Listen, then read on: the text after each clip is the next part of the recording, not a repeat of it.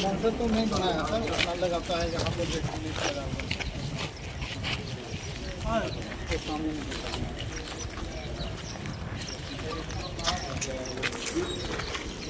किसका पार्किंग है? ये 4 व्हीलर पार्किंग है या 2 व्हीलर पार्किंग है? 2, 3 और 4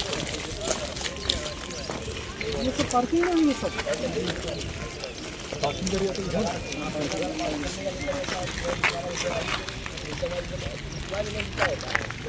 पर का लगभग बिजनेस है यूटीएस 1 करोड़ अभी डेली 45 हाँ सर आसपास पर डे का है।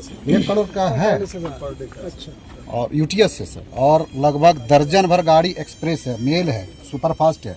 रिजर्वेशन का व्यवस्था एकदम नहीं है। तो आपको एक पीआरएस चाहिए क्या सर? आपके अगर लगता है कि नहीं देने लायक है, जहाँ देने लायक नहीं था वहाँ चल रहा है सर। नहीं ये पूछा आजकल क्या है कि आजकल ज़्यादातर लोग मोबाइल और इन सब से कर लेता है। तो कई बार होता है कि आपको 1 काउंटर की ज़रूरत पड़ सकती है, कहीं पर आपको 2 काउंटर की ज़रूरत पड़ सकती है। तो अगर यहाँ पे है 2 काउंटर तो सुबह के टाइम में तो दिक्कत होता है यूटीएस में, 1 यूटीएस में 2 अगर यूटीएस आप बना दीजिए तो और अच्छी बात है। और पीआरएस तो चाहिए ही। 2 चीज़ें। तीसरी बात है कि रात में जो यहाँ गाड़ी का आवागमन जो है, लास्ट टाइम की गाड़ी जैसे भागलपुर पैसेंजर, गोड्डा से दुमका पैसेंजर, सियालदा पैसेंजर, तीनों का अगर कम्युनिकेशन यहाँ कर दिया जाए तो लोग गंतव्य जगह पर रात में चला जाएगा। क्योंकि रात में अक्सर रात में यहाँ पर फंसता है काफ़ी संख्या में आदमी। ये अगर किसी तरह का व्यवस्था बन जाए, क्योंकि मात्र 10-20 मिनट का डिफरेंस है ट्रेन में। अच्छा, हाँ, जरा नोट कर लो, जरा चेक करा लो अगर हम लोग कनेक्टिविटी का उसका ठीक। जैसे कि सर गोड्डा से जो दुमका जाती है, मतलब हम अपना एक विचार दे रहे हैं आपको, जो भागलपुर से गाड़ी आपका आके यहाँ से लौट जाती है उसको अगर आप दुमका भेज देते हैं, और गोड्डा से जो आके दुमका जाती है उसको आप भागलपुर भेज देते हैं तो ज़्यादा बेहतर हो जाएगा इस चीज़ के लिए। क्योंकि रात में पैसेंजर होगा जिसको कनेक्शन चाहिए होगा वो सब हो जाएगा उसी से। नहीं, कितना लोग होगा? कम से कम 100 पैसेंजर तो जरूर यहाँ फंसता है लगभग। 100 पैसेंजर। हाँ, और वो सुबह फिर जाता है लोग 7 बजे दुमका। जो उस गाड़ी से भागलपुर से आता है वो रात में यहाँ फंस जाता है, रात भर रहता है लोग, और सुबह 7 बजे फिर दुमका के लिए जाता है। यही रहता है वो। क्या करेगा? उपाय भी नहीं है उसका, जाने का फिर साधन तो नहीं रहता है। और वो गाड़ी अगर आप जो गोड्डा से दुमका आप भेजते हैं वो आप भागलपुर ले जाएं, यहाँ छोड़ दें, वो भागलपुर वाली आके लेके चला जाएगा सबको।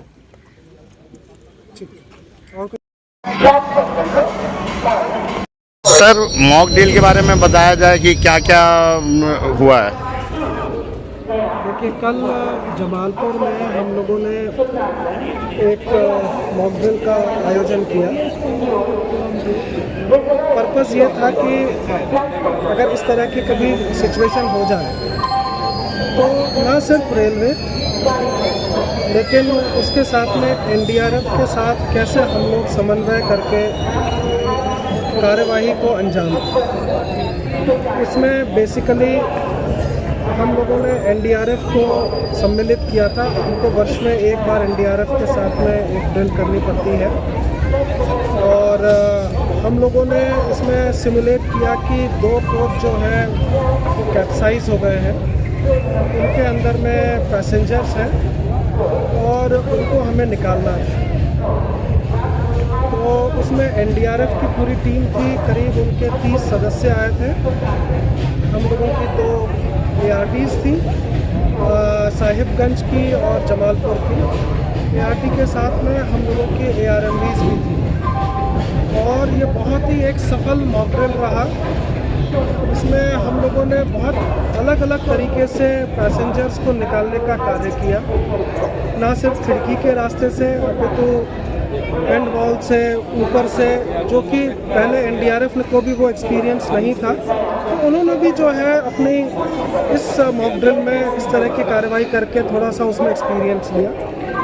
इसमें पैसेंजर्स को निकालने के अलावा हम लोगों ने जो साथ में जो हमारी एक्टिविटीज़ होती हैं कि जो घायल होते हैं उनको हॉस्पिटल ले जाना होता है, कुछ जो कम घायल होते हैं उनको हम लोगों को फर्स्ट एड देना होता है, जो उनके रिलेटिव्स वहाँ पे आते हैं उनको हेल्पलाइन के माध्यम से और हम लोगों को जो सूचना देनी होती है, जो लोग रह जाते हैं उनके लिए ऑल्टरनेट अरेंजमेंट करना कि जिससे कि वो अपने गंतव्य स्थान पे जा सकें। ये पूरी एक्टिविटीज़ जो है ये हम लोगों ने प्लान की और काफ़ी सफल ये मॉक ड्रिल रहा और इससे न सिर्फ रेलवे को तो एनडीआरएफ के भी काफ़ी लोगों को एक्सपीरियंस मिला। और सर आज गोड्डा और हल्दिया का भी निरीक्षण किया गया, वहाँ भी मॉक ड्रिल का क्या कार्य किया गया, उसमें क्या बोलना चाहिए? हल्दिया और गोड्डा में मॉक ड्रिल नहीं था। हल्दिया वगैरह में तो हमारा रूटीन सेफ्टी इंस्पेक्शन जो होता है वो देखा, प्लस साथ में विंडो ड्रिलिंग का इंस्पेक्शन किया गया था कि स्टेशन पर, क्योंकि यहाँ पर हम लोग देख रहे थे कि ये जो सेक्शन है भागलपुर से हल्दिया, यहाँ पे काफ़ी घटनाएं होती हैं कैटल रन ओवर, जिसको हम लोग सीआरओ बोलते हैं। गाय या भैंस या कोई पशुधन जो है वो ट्रैक पे आ जाता है जी। तो हम लोगों ने काफ़ी सारी लोकेशंस देखी हैं जहाँ पे जो कैटल्स हैं, जो पशुधन है वो ट्रैक के किनारे किनारे रहता है और कई बार क्या होता है कि रेल की सीटी के कारण या इंजन की सीटी के कारण वो घबरा कर। सर मॉक ड्रिल के बारे में बताया जाए कि क्या क्या हुआ है?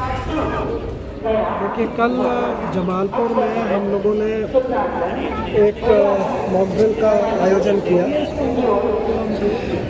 पर्पस ये था कि अगर इस तरह की कभी सिचुएशन हो जाए तो न सिर्फ रेलवे लेकिन उसके साथ में एनडीआरएफ के साथ कैसे हम लोग समन्वय करके कार्यवाही को अंजाम दें। इसमें बेसिकली हम लोगों ने एनडीआरएफ को सम्मिलित किया था। हमको वर्ष में एक बार एनडीआरएफ के साथ में एक ड्रिल करनी पड़ती है और हम लोगों ने इसमें सिमुलेट किया कि 2 कोच जो हैं वो कैप्साइज हो गए हैं, उनके अंदर में पैसेंजर्स हैं और उनको हमें निकालना है। तो उसमें एनडीआरएफ की पूरी टीम थी, करीब उनके 30 सदस्य आए थे। हम लोगों की 2 ARTs थी, साहिबगंज की और जमालपुर की। ART के साथ में हम लोगों की ARMVs भी थी और ये बहुत ही एक सफल मॉक ड्रिल रहा। इसमें हम लोगों ने बहुत अलग अलग तरीके से पैसेंजर्स को निकालने का कार्य किया, ना सिर्फ खिड़की के रास्ते से अपितु एंड वॉल से, ऊपर से, जो कि पहले एनडीआरएफ को भी वो एक्सपीरियंस नहीं था। तो उन्होंने भी जो है अपनी इस मॉक ड्रिल में इस तरह की कार्रवाई करके थोड़ा सा उसमें एक्सपीरियंस लिया।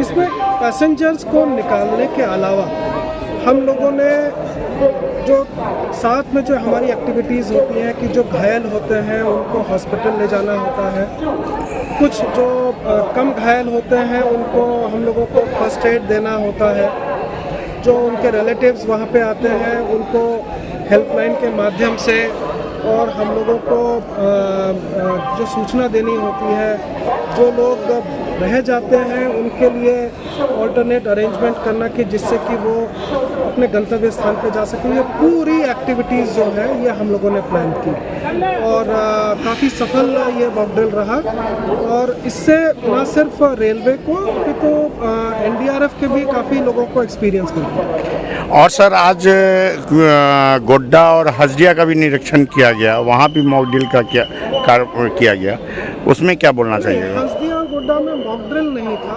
हल्दिया वगैरह में तो हमारा रूटीन सेफ्टी इंस्पेक्शन जो होता है वो देखा, प्लस साथ में विंडो ड्रिलिंग का इंस्पेक्शन किया गया था कि स्टेशन पर, क्योंकि यहाँ पर हम लोग देख रहे थे कि ये जो सेक्शन है भागलपुर से हल्दिया, यहाँ पे काफ़ी घटनाएं होती हैं कैटल रन ओवर, जिसको हम लोग सीआरओ बोलते हैं। गाय या भैंस या कोई पशुधन जो है वो ट्रैक पे आ जाता है जी।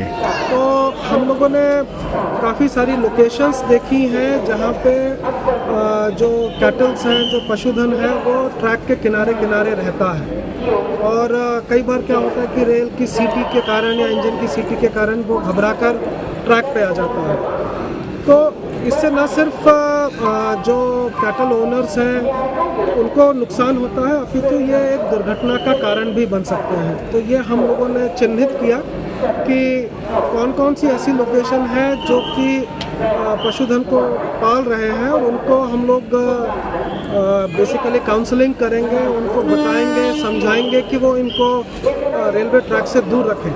वंदे भारत यहाँ पर हम लोगों की चल रही है, और किसी भी तरह का एक्सीडेंट हाई स्पीड पे दुर्घटना का कारण बन सकता है। और इसके अलावा हल्दिया में हम लोगों ने अपना सेफ्टी इंस्पेक्शन भी किया, जिसमें हम लोगों ने पैनल रूम्स और जो हम लोगों के रिले रूम्स हैं उनकी एक्टिविटीज़ देखी, और बाकी जो उसमें जो इम्प्रूवमेंट वगैरह करने हैं ड्रेनेज सिस्टम वगैरह में, वो देखे गए। और सर कुछ बोलना चाहिएगा पब्लिक के उसमें? नहीं, हम सिर्फ ये बताएंगे कि भागलपुर का जो रीडेवलपमेंट का जो कार्य है, ये रेलवे बोर्ड ने अब जोनल रेलवे को सौंप दिया है, और हमारे यहाँ पे जो गति शक्ति यूनिट है, अब ये डिसाइड होगा कि ये कार्य किसको करना है। तो पहले ये कार्य RMDA को दिया गया था, अब हम लोग खुद जोनल रेलवे इस कार्य को अंजाम देंगे। तो यही एक एडिशनल इन्फॉर्मेशन और थी हम लोगों को। धन्यवाद।